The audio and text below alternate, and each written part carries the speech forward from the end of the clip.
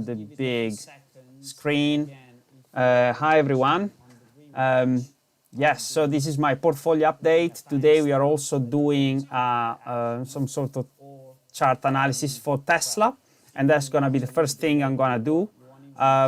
Yes, so let's get started. But before we do that, if you live in the UK and you don't have a Trading212 account, just open one using my link in the description below, and we'll both get a free stock. So just use that link, and it's totally free again. You just have to deposit £1. But let's get started. So first thing we're gonna look at is, oh, I'm watching myself. Right, so the first thing is gonna be Tesla, yes. So let's make sure that you can see it. Okay, so, right, so what I've noticed is that we've been like bouncing inside this wedge since we hit $500 post split. So as you can see, like it's just it seems like made on purpose, because I think that's the result of traders, day traders, and they are like playing with the stock until it will get to the earnings. So we're gonna see some action. I think maybe going next week we are gonna maybe pull back a bit and then go back up a little bit again. Yeah, so that's going forward, and I think that's the result of the stock taking a breather from the massive run up, obviously, that has seen that's the split, but also the S&P 500 that obviously did not materialized. It just there was that bit of news and it didn't happen. So that's basically, again, the stock just basically relaxing before a big move. So the real question is going to be on the upside or on the downside.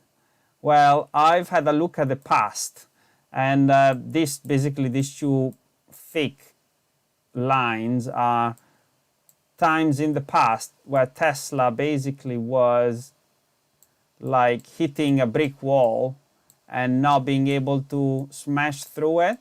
So for example, this one was back in 2018.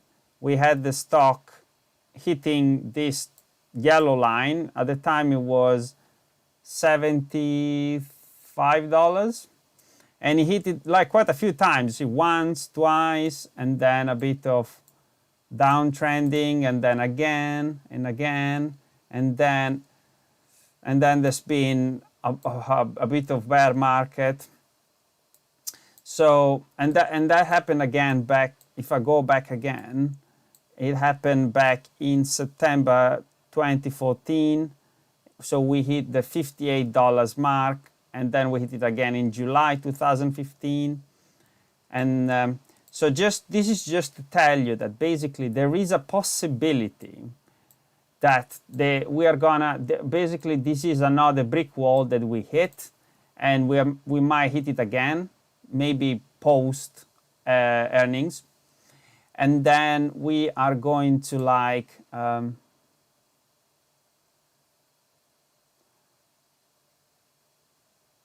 yeah, so yes, it will hit possibly 500 after earning. But what's potentially happen is that it might hit it and then pull back again. It might become like another of those instances like this one, or back in 2014, where we hit it, then pull back, then hit it again, pull back, and again. And this, like for example, if you take this one as an example, from the first time we hit a brick wall, so $76, to when we actually smashed through it, we had the beauty of 910 days. So if you, for example, decide to buy Tesla when it's up here, or even today's price, there is a possibility that you might not see your investment go up, be in the green for 910 days, which is a year and a half. Yes, about. So that's the possibility. What else have we got? Like even in the other example, it took some time before it smashed through it. So we see that in this case it was 944 days. Look, it's more or less the same, so a year and a half. Now, this is, again, that was Tesla back in the old Tesla, when it had no cash and it was like struggling to keep the company afloat. That was the old company. Like according to what Mr. Musk said during Battery Day, now the company is able to generate cash, and so this comparison with the past might be out of place. But again, if we look at the sort of run-up we've seen, which is almost parabolic, like almost a straight line, and loads of YouTubers and analysts and people like that call this stock overvalued. Call it overvalued. So what I just want to say is that I just wanted to know what sort of investor are you, because if your goal is to make money quick, there is the chance that Tesla is not the stock for you. But if you want to stay invested for at least 2 years, then you can invest safely, knowing that eventually you'll be making a profit. In my case, my goal is to buy a house soonish, let's say next year. I will try to time the housing crash here in the UK. So I'm trying to stay out of very risky trades or investments, and I see this as a potentially risky play. Later in the video, I will tell you my strategy to make a profit with Tesla, and using, let's say, an escamotage, a workaround to make sure that my investment is as profitable as possible. So let's jump into my portfolio update. And by this, I simply gonna deactivate this, deactivate that.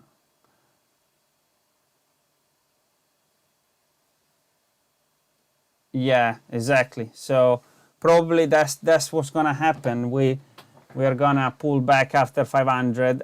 It's or smash through it. At the end of the day, there is a lot of leverage involved. Lots of people using leverage, so they just take profit because you cannot keep leverage going forever.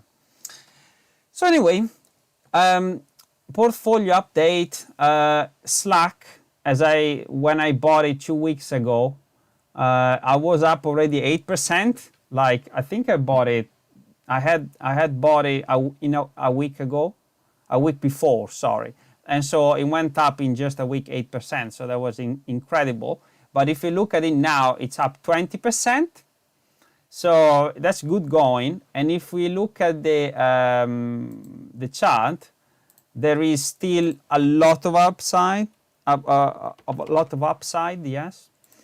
So look at it's been coming up almost on a straight line, and I'm expecting. Look, the earnings is gonna be very far.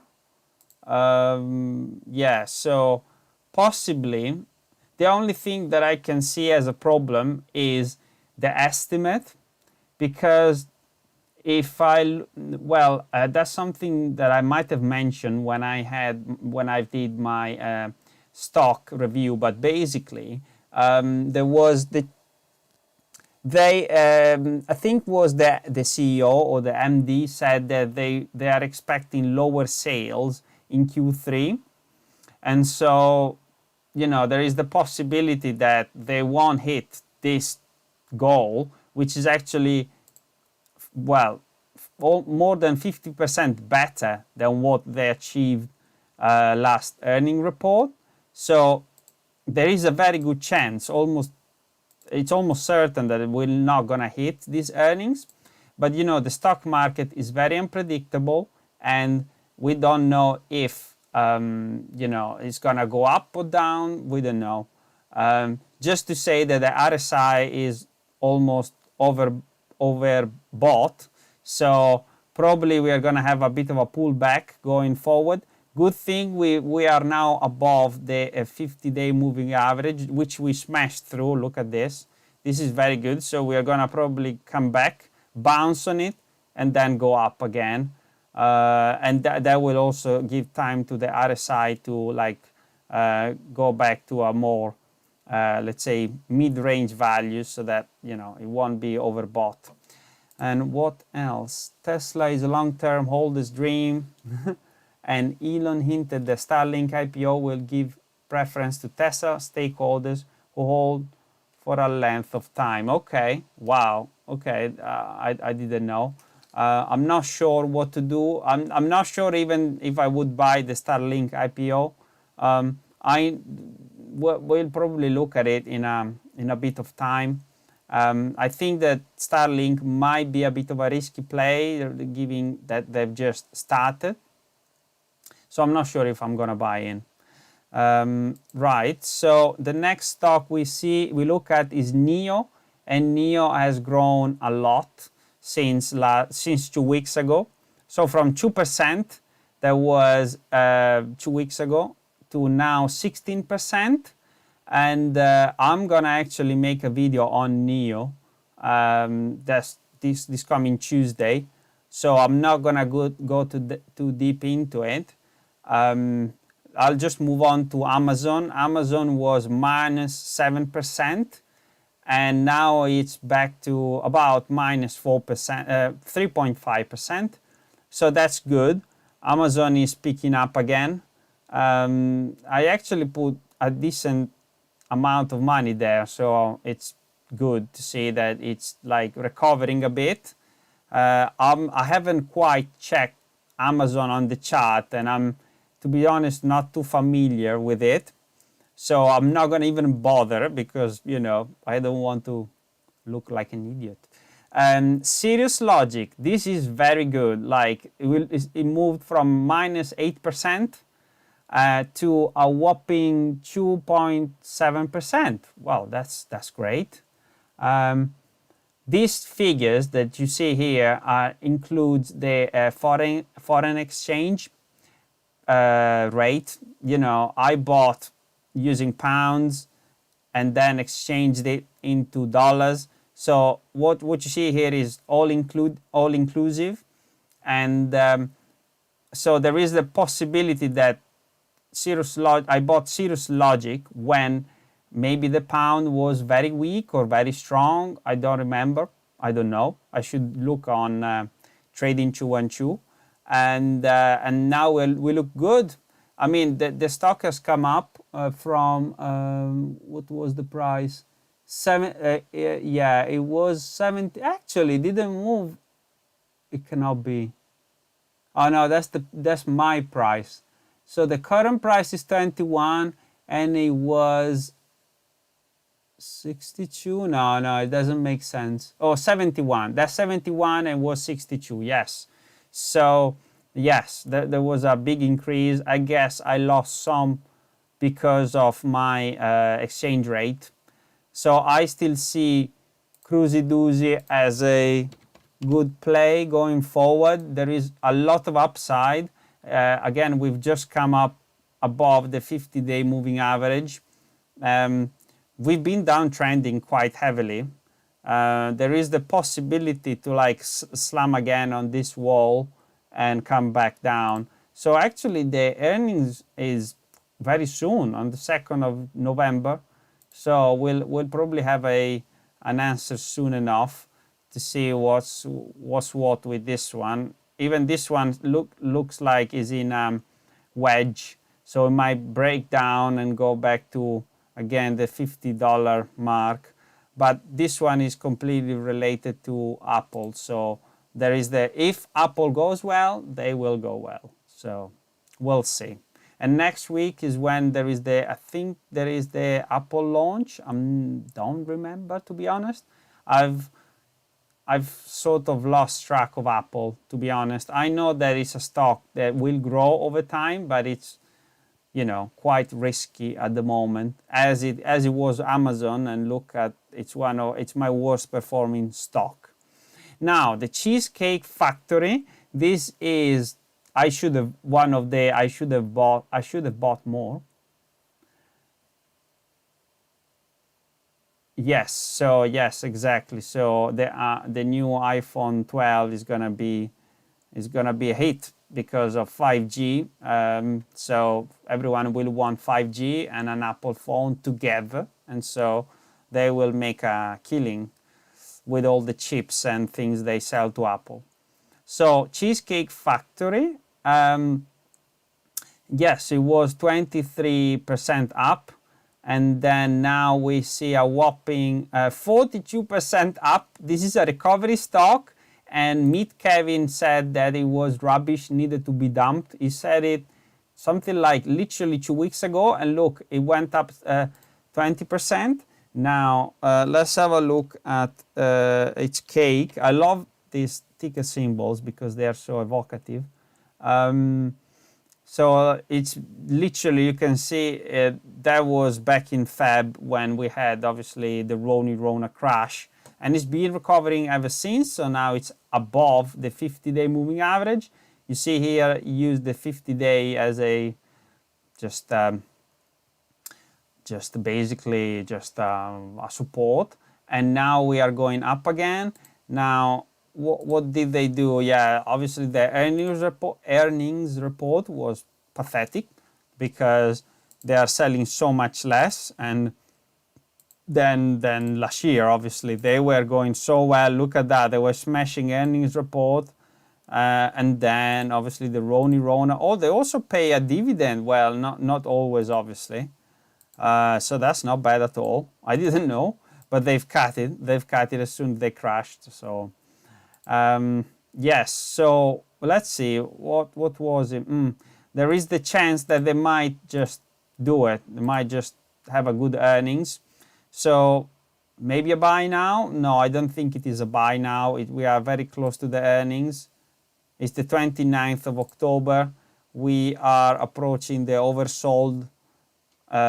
overbought in terms of RSI, and we are not on the 50-day moving average. I'm not going to buy any more of it. I should have bought more. Look at that, 40% up, my best performing stock.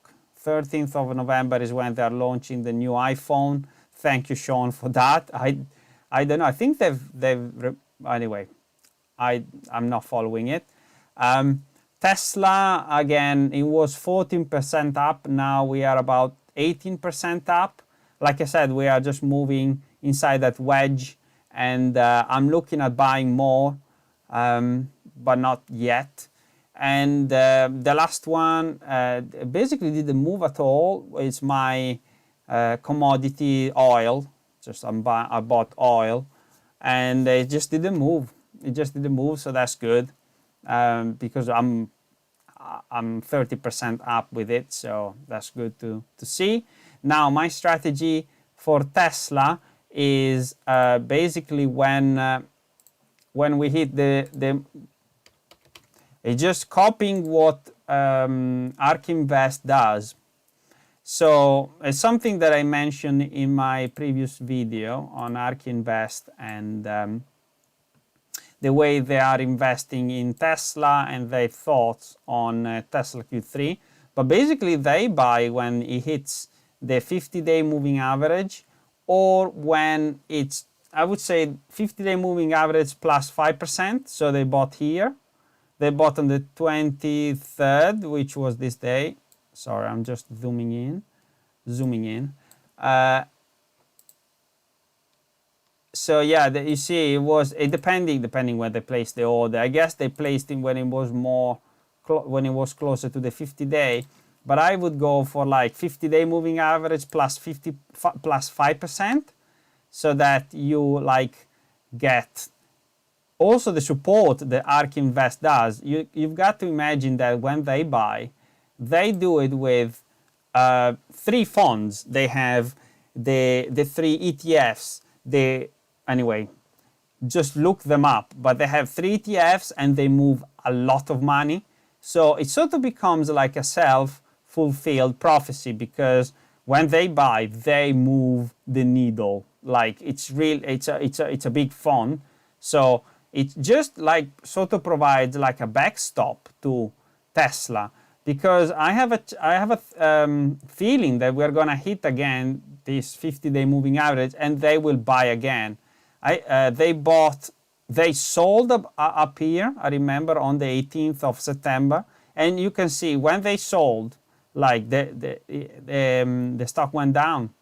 I think they sort of sussed out this wedge. Well, obviously they might have been the creators of this wedge. So they sold up, they sold high and bought low. Good for them. And so that's what I'm planning to do. If the pullback is big enough to hit the 50-day, I'm gonna buy. I'm gonna buy a few shares, and yeah, this is it for this portfolio update. Let me just go on the big screen. There I am.